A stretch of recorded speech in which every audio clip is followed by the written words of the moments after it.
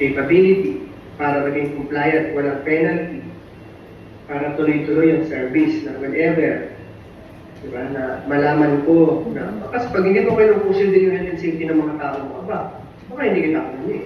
Ikaw para may nangyari aksidente dyan, huminto yung operation mo, paano na? Hihinto din ang kita, hihinto din ang production mo. Diba? Lalo na kung importanteng raw materials ang kinukuha sa'yo. So that is a domino effect of customer relation, diba? You need to improve the customer relation by complying.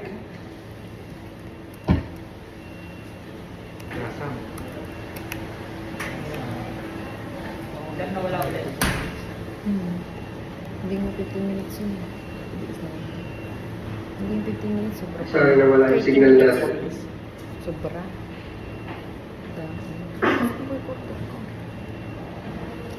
Loud and clear na ako? Mic check.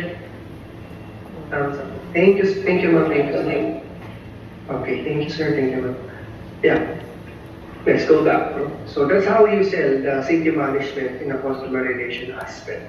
Assurance of 100% delivery of product to customer.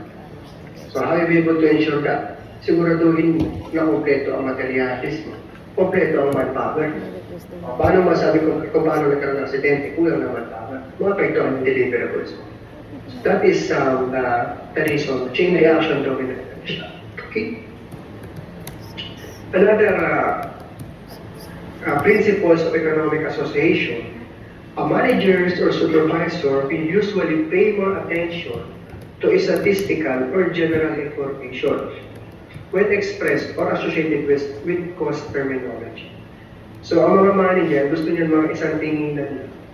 Meron na may mga graphs, statistical studies, no, na doon sila nagtutuon ng pansin before they made a decision, before they assess what will happen, and to check the status of the health and safety. For example, bakit dito sa production line, dito sa area na to, kunyari may limang branch, dito sa isang branch, ba dito sa isang branch na to, napakadaming kaso ng hypertension. Ba dito sa branch na to, napakadaming kaso ng injury in terms of laceration. Diba? So, doon sa mga statistical or general information na yun, doon nyo ngayon chinecheck. Ayun, kung maraming kanyang kaso ng mga injuries or related to safety injuries, meaning to say, there is an impact in our cost. Diba? Associated with cost. Yun yung tinutulog niya.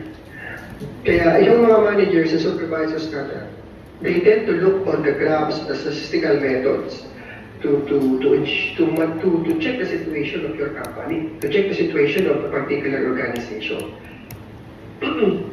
Diba? So, ganyan ang approach natin bilang mga managers or supervisors.